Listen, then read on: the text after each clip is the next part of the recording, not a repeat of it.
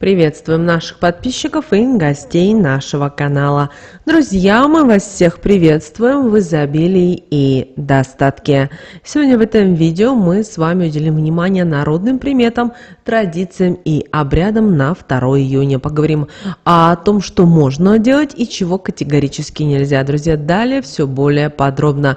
Прямо сейчас ставьте лайк этому видео, обязательно подписывайтесь на наш канал. Также, друзья, всех хотим поблагодарить за донаты, которые вы нам отправляете. Нам очень приятно. 2 июня Православная Церковь чтит память двух выдающихся святых – мучеников Фалалея Эгейского и князя Давмонта Тимофея Псковского. Эти святые жили в разных веках и в разных странах, но их жизни объединены стойкостью веры и самопожертвованием ради христианских идеалов. Фалалей родился в III веке в городе Эгее, ныне на территории Турции, и посвятил свою жизнь врачебному делу. Его добродетель и умение исцелять не только телесные, но и духовные болезни привлекли к нему множество людей. В то время христианство подвергалось жестоким преследованиям, и Фалалей, будучи христианином, не избежал этой участи. Во время правления императора Нумериана святого Фалалея арестовали и подвергли ужасным пыткам. Сначала его пытались повесить вниз головой на веревке, продетой через просверленные голени, однако по устроению Божию палачи вместо 18-летнего Фалалея повесили обрубок дерева. Этот чудесный случай поразил их до глубины души, и они уверовали во Христа. За это их тут же обезглавили. После нескольких неудачных попыток казнить святого правитель приказал утопить Фалалея. Но и это наказание не смогло погубить его. Святой явился перед своими палачами в белой одежде, что окончательно убедило их в его святости. Последней попыткой казни было бросить его на растерзание диким зверям, но животные лишь припали к его ногам. В конечном итоге Фалалею отрубили голову мечом. Мощи святого покоятся в храме святого Агафоника в Константинополе, и многие исцеления были засвидетельствованы у его гробницы. Тимофей, в миру известный как Давмонт, жил в XIII веке и принадлежал к литовскому княжескому роду. Когда в Литве произошел государственный переворот, Давмонт нашел убежище в Пскове, где был избран князем. Приняв православие, он получил имя Тимофей и стал одним из самых почитаемых псковских князей. Давмонт Тимофей укрепил обороноспособность Пскова, окружив город высокой стеной, известной как Давмонтов город. Он неоднократно защищал Псков от нападений немецких и литовских войск. Перед каждым сражением князь приходил в церковь, клал меч на престол и молился о помощи Божией. Такая преданность вере и защите родной земли сделала его образцом христианского правителя. Последний год своей жизни Тимофей вновь отразил нападение немецких войск, защищая Псков. После его смерти в городе возникла великая туча, и жители почувствовали утрату своего защитника. Святой был погребен в Троицком соборе Пскова, и его память чтят до сих пор. В XVI веке, после его явления с другими святыми во время осады Пскова польским королем Стефаном Баторием, ему была написана церковная служба. А вот в народном календаре этот день назвали как Тимофей Грядочник или Фалалей Огуречник. Также этот день еще именовали как Фалалеев день, связан с важными сельскохозяйственными традициями, когда крестьяне активно занимались посадкой огурцов и других овощей. Народные приметы и обычаи, связанные с этим днем, определяли будущий урожай и обеспечивали успех в садоводстве. Название праздника связано с именем святого Фалалия, но в некоторых регионах его также называли в честь святого Тимофея. В этот день крестьяне спешили завершить посев огурцов, руководствуясь народной мудростью: «Пришел Фалалей, досевай огурцы скорей». Посадка огурцов в этот день имела, правда, свои особенности. Наши предки верили, что огурцы нужно сажать тайно, чтобы никто не смог подсмотреть. Особенно это касалось первой засаженной грядки и первого выросшего на ней огурца. Считалось, что если кто-то недоброжелательный увидит этот процесс, урожай будет плохим, много будет желтых и высохших стеблей. В разных регионах подход к посадке огурцов мог различаться. В некоторых местах на Фалалея только начинали сажать огурцы, в других уже делали второй посев, чтобы обеспечить разнообразие урожая, ранние, средние и поздние огурцы. Это позволяло хозяевам использовать овощи в течение всего сезона, как для свежих салатов, так и для засолки и других заготовок. Первый появившийся огурец наши предки не употребляли в пищу, а закапывали на огороде, чтобы урожай был хороший. Этот ритуал символизировал благодарность земле и желание получить обильный урожай. Огурцы – это универсальный овощ, который активно используется в кулинарии. Из них готовят свежие салаты, супы, холодные закуски, а для длительного хранения огурцы засаливали, мариновали, готовили из них разнообразные закуски.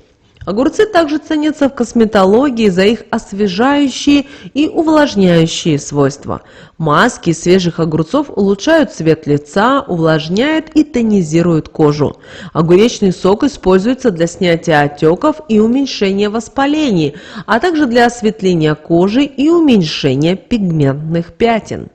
Одной из ключевых традиций Фалалеева дня была тайная посадка огурцов. Считалось, что процесс посадки не должен быть виден посторонним людям, включая даже членов семьи, не участвующих в огородных работах. Первая грядка и первый появившийся на ней огурец тщательно скрывали от любопытных глаз. Этот первый огурец закапывали в самом дальнем уголке огорода, преподнося его в качестве дара огуречному покровителю Фалалею. Крестьяне верили, что Фалалей за такой дар обязательно отблагодарит, защитит нежные огуречные росточки от заморозков, медвяной росы и засухи. Для защиты огуречных посевов крестьяне использовали веник, которым до этого отгоняли оводов. Считалось, что такой веник обладает магическими свойствами и защищает растения от болезней. Этот ритуал был частью общего стремления наших предков к сохранению и увеличению урожая с помощью простых, но эффективных методов. 2 июня также знаменовало и начало цветения боярышника и тмина. Эти растения высоко ценили за свои лечебные свойства, и крестьяне обязательно кланялись им и просили их вырасти в изобилии. Боярышник и тмин часто использовали в народной медицине, поэтому их обильное цветение и урожай были важны для здоровья всей деревни. Еще одной важной традицией Фалалеева дня было обращение людей к богам с молитвами о дожде. Крестьяне выходили в чистое поле, вставали на колени, протягивали руки к солнцу и кланялись, произнося молитвенные слова. Они верили, что обильные дожди помогут собрать хороший урожай и защитят растения от засухи. Этот ритуал был символом единения человека и природы, выражением надежды и веры в божественную помощь. Одной из ярких традиций Фалалеева дня было использование жасмина в любовных ритуалах. Жасмин, который часто распускался именно в это время, считался мощным средством для привлечения любви. Девушки срывали несколько цветков и клали их себе под подушку, чтобы увидеть во сне своего будущего суженого. Утром цветы сжигали, а пепел развеивали за воротами. Бытовало поверье, что после такого обряда от парней отбоя не будет. Этот ритуал символизировал чистоту и свежесть чувств, а также стремление найти свою любовь.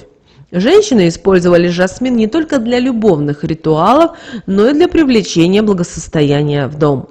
Сорванные цветочки раскладывали по углам дома, веря в то, что их аромат поможет в короткий срок улучшить финансовое положение семьи. Жасмин в этом контексте символизировал процветание и достаток. Аромат цветка считался магическим и привлекающим положительную энергию, способную улучшить материальное благосостояние. В день Фалалея Огуречника матери особенно заботились о защите своих детей от бед и болезней. Для этого они применяли особенные магические обряды и заговоры. Заговоры на здоровье и защиту детей произносились над колодезной водой и травами, собранными на восходе солнца. Верили, что такие обряды обеспечат детям защиту от злых духов и болезней на целый год. Вода, заговоренная в этот день, использовалась для омовения и считалась способной смыть все болезни и негатив. На Фалалея Огуречника соблюдались и другие народные приметы. Например, верили, что если в этот день пойдет дождь, то урожай огурцов будет особенно богатым. Также считалось, что первый сорванный огурец нельзя есть. Его нужно закопать в земле, чтобы обеспечить хороший урожай на весь сезон. Что же нельзя было делать 2 июня по народным приметам? Одна из самых важных народных примет, которую строго соблюдали наши предки 2 июня, в день Фалалея Огуречника, это запрет открыто высаживать первую грядку огурцов.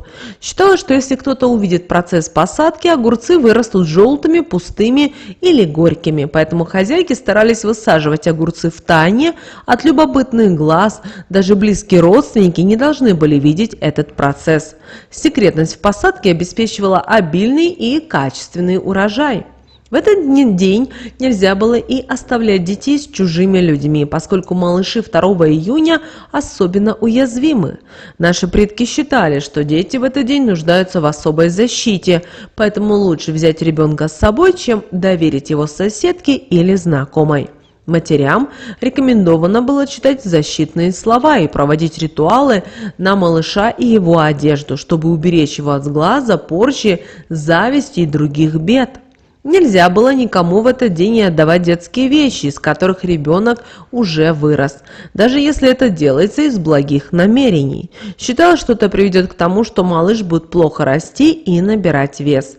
Прежде чем передавать одежду, ее обязательно нужно было постирать, чтобы смыть энергию маленького хозяина.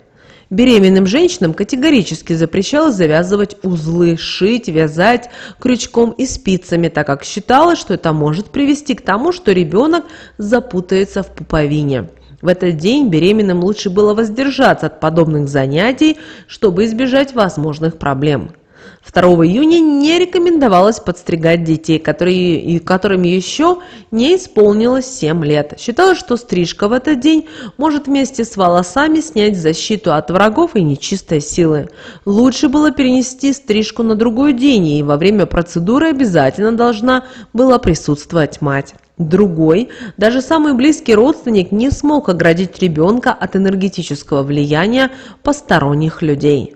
Если в этот день дорогой перейдет рыжая кошка, то нельзя было продолжать свой путь. В день Фалалея Огуречника она является вестником финансовых проблем. Даже если есть и возможность обойти другую дорогу, следует быть особенно внимательным к своим тратам, кошельку и финансовым делам, поскольку есть высокая вероятность ненужных расходов, потери денег или кражи. Также обращаем ваше внимание, что в этот день нет запретов на стрижку волос и любые другие работы с ними. Можно спокойно сегодня в этот день отправляться к парикмахеру, обновить прическу или подстричь кончики волос. Кроме что касательно стирки и чистки вещей, то 2 июня допустимы. Можно привести в порядок одежду и домашний текстиль. Уборка также разрешена, однако стоит воздержаться от масштабных ремонтных работ или генеральной уборки. Лучше ограничиться обычной повседневной чисткой. На Фалалея Огуречника нет запретов на обряды и ритуалы и гадания. Те, кто увлекается предсказаниями и магией, могут использовать этот день для гадания и проведения ритуалов, направленных на улучшение будущего. Фалалеев день не подходит для начала новых дел или проектов. Считается, что любые начинания в этот день не принесут успеха. Вместо этого рекомендуется сосредоточиться на завершении уже начатых дел и доведении их до логического конца.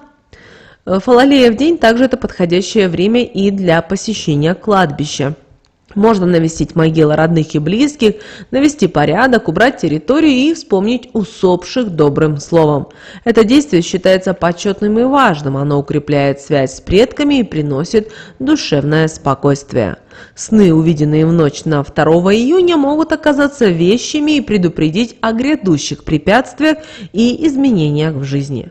Особое внимание стоит уделить сновидениям, в которых присутствуют божественные или потусторонние образы, такие как ангелы, святые, умершие родственники, призраки и духи. Эти образы часто несут важные сообщения и символы, которые могут указать на предстоящие события или предостеречь от возможных опасностей. На 2 июня выделяются 3 счастливых цвета, которые помогут вам привлечь удачу и гармонию в вашу жизнь. Это золотой, голубой и оранжевый. Кому же сегодня повезет из знаков зодиака? Первое – это Козерог. Для Козерогов этот день обещает быть успешным в делах и работе. Важно проявить настойчивость и не бояться брать на себя ответственность. Следующий знак зодиака – это Рыбы. Уважаемые рыбы, вам повезет сегодня в личных отношениях и в творческих проектах. Сегодня они могут найти вдохновение и поддержку от близких людей. И следующий знак зодиака, кому сегодня повезет, это знак зодиака Овен. Уважаемые овны, вы можете рассчитывать на удачу в финансовых делах и новых начинаниях. Вам следует использовать свою энергию и смелость для достижения поставленных целей. Вот такой, друзья, у нас с вами день 2 июня по народным приметам, традициям и обрядам. Прямо сейчас ставьте лайк, обязательно подписывайтесь на наш канал. Если еще не подписаны, заходите на наш канал. Ну а прямо сейчас на экране, друзья, вы видите 2 всплывающих окна. Это следующие рекомендованные видео для вас. Нажимайте на то видео, которое вам на интуитивном уровне понравилось больше, и смотрите. Всех вам благ!